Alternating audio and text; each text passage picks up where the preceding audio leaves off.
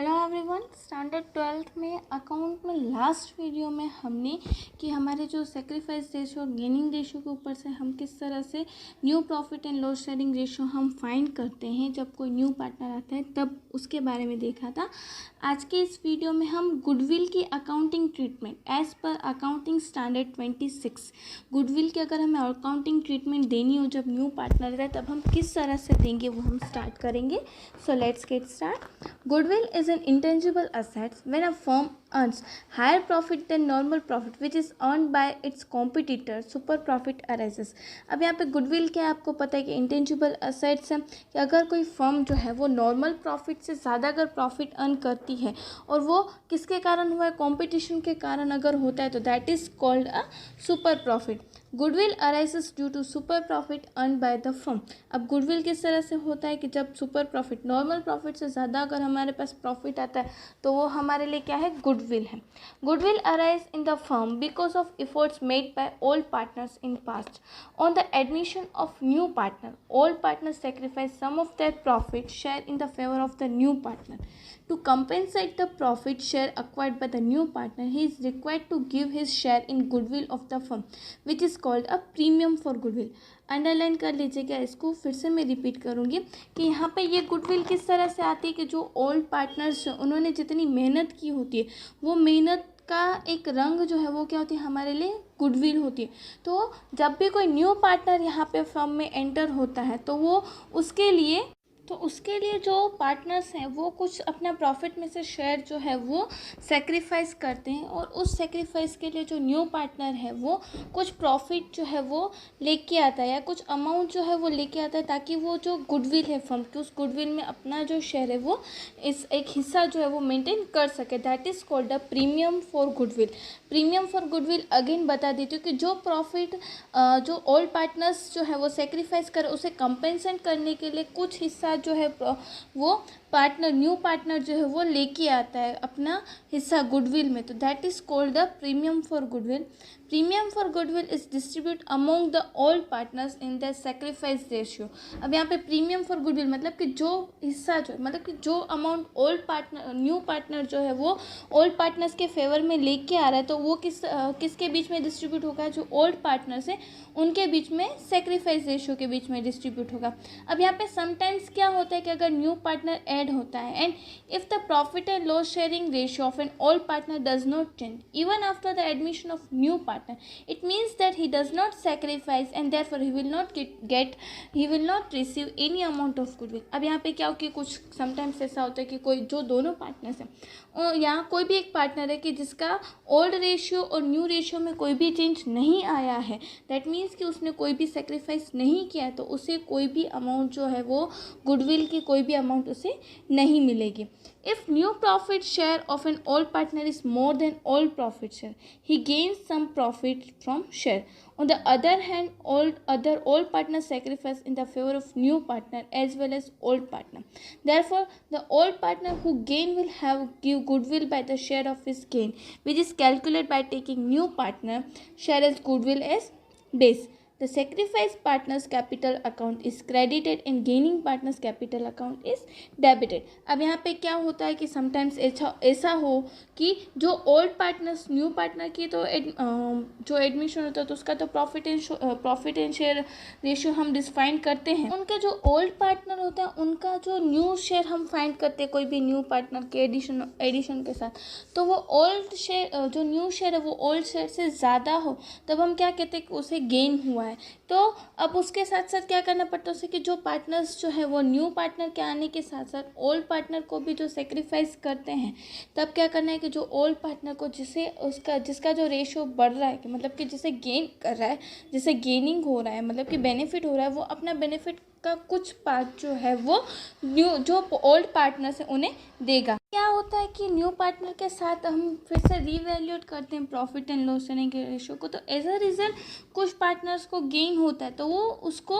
जो गेन हो रहा है उसमें से कुछ पार्ट जो उसे ओल्ड पार्टनर के साथ साथ न्यू पार्टनर के बीच में भी उन्हें शेयर करना होता है। और उसके साथ साथ कि जो हम ओल्ड पार्टनर जो है वो अदर पार्टनर्स के लिए जो सेक्रीफाइस कर रहा है तो सेक्रीफाइसिंग पार्टनर के अकाउंट जो है वो हम क्रेडिट करेंगे और गेनिंग पार्टनर का अकाउंट जो है वो हम डेबिट करेंगे। Before studying the accounting treatment of goodwill at the time of admission of new partner, it is a very important to refer the Accounting Standard 26, Accounting Standard for Intangible Assets issued by the Indian Institute of Chartered Account of India। Underline कर लीजिएगा, हम यहाँ पे कौन सा standard कर रहे हैं, अकाउंटिंग स्टैंडर्ड 26, और वो किसने इशू किया था, अकाउंटिंग स्टैंडर्ड 26 इंटेंजिबल असेट्स का स्टैंडर्ड है, और वो किसने इशू किया था, institute of chartered accountant of India. According to the para 35 of Accounting Standard 26, internally generated goodwill should not be recognized as an assets, which means that internally generated goodwill should not be shown in the book of account। अब internally generated मतलब कि अंदर ही अंदर जो है वो business के अंदर ही अगर हमने कोई वैल्यू गुडविल कैलकुलेट की हो या जनरेट की हो तो वो हमारे बिजनेस के लिए असेट्स नहीं, और इसलिए उसे हम कहीं पे भी बुक्स में रिप्रेजेंट नहीं करेंगे। Internally generated goodwill that means कि हम पार्टनर को जो न्यू एडमिशन होने वाला है उसे हम कहें कि आप इतनी अमाउंट लेके आओ, वो as per the para 36 of accounting standard, internally generated goodwill is not recognised as an assets because it does not as an identifiable resource. It is controlled by entity that can be majorly reliable at cost. अब यहाँ पे internally generated goodwill जो है कि जो मैंने अभी आपको बताया उसे हम असेट्स के रूप में नहीं कंसिडर कर सकते क्योंकि उसे हम रिकॉग्नाइज नहीं कर पाएंगे, उसे हम आइडेंटिफाई नहीं कर पाएंगे। दस एज पर AS 26 internally generated goodwill does not arise to the contract or any legal right which are controlled by the firm and it cost can be decided specifically. अब यहाँ पे इंटरनली जनरेटेड गुडविल जो है वो कोई भी contract sign नहीं कर सकते, कोई भी लीगल राइट नहीं कर सकते कि जैसे हम कैसे गुडविल कैलकुलेट करते तो हम प्रॉफिट का और वो सारी चीज़ों का हम ध्यान में रखते हैं, तो उसके लिए हम कोई भी कॉस्ट या कोई भी कॉन्ट्रैक्ट जो है वो इंटरनली जनरेटेड गुडविल का जो कोई भी कॉन्ट्रैक्ट नहीं होगा। This AS 26 specified clearly that the goodwill should be shown as an assets in the book only when some consideration is paid for goodwill.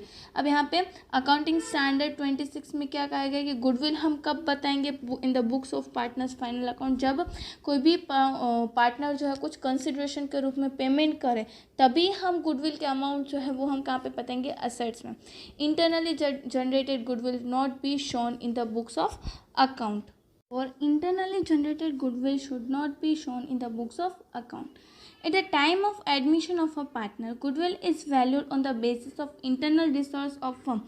like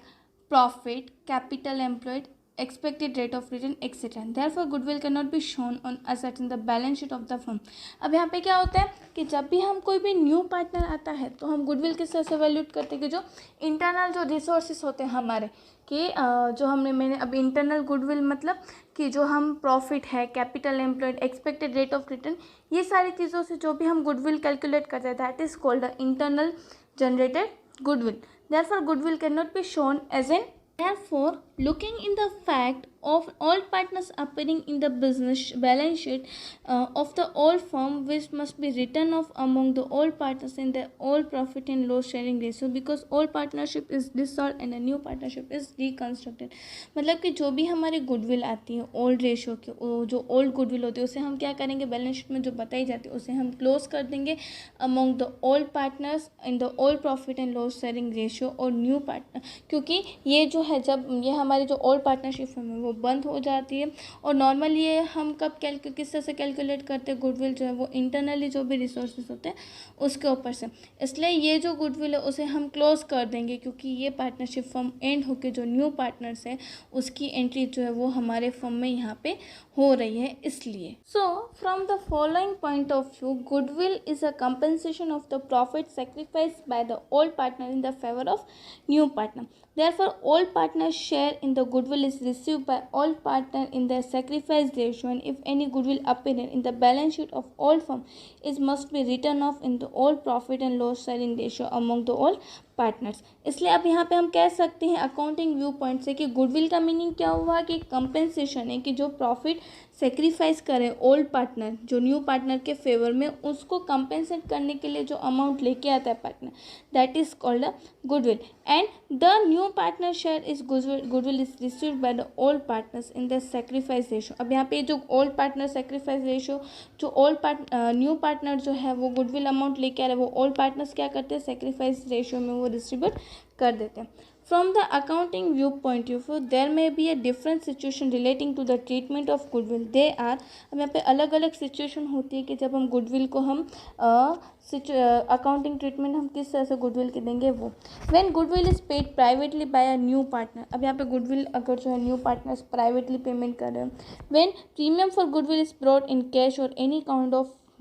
any kind by new partner and it is retained in the business. अब यहाँ पे कोई भी partner जो है new partner वो goodwill लेके आ रहा है और कैश में या कोई भी अदर काइंड ऑफ असेट्स में, तब हम उसकी अकाउंटिंग ट्रीटमेंट करते हैं.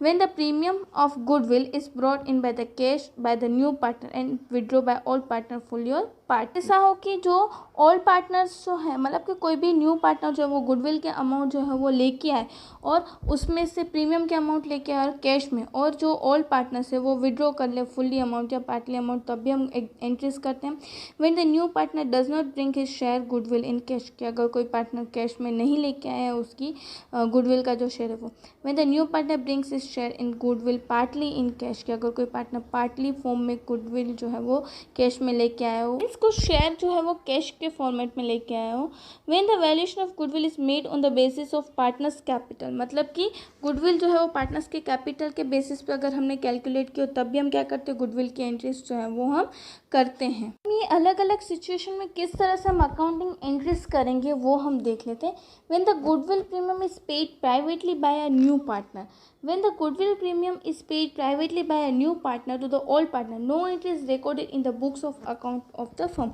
कि यहाँ पे हम कोई भी एंट्री ना करें, बट प्राइवेटली जो है वो पार्टनर जो है न्यू पार्टनर वो गुडविल के अमाउंट पेमेंट कर दे, तब हमें कोई भी एंट्रीज जो है वो यहाँ पे नहीं करनी होती है. When the premium for goodwill is brought in cash or any kind of new partner, then it is retained in the business. अब यहाँ पे हम इसकी एंट्रीज देखेंगे कि अगर बिजनेस में अगर प्रीमियम के अमाउंट लेके आए उस प्रॉफिट को हम जो है वो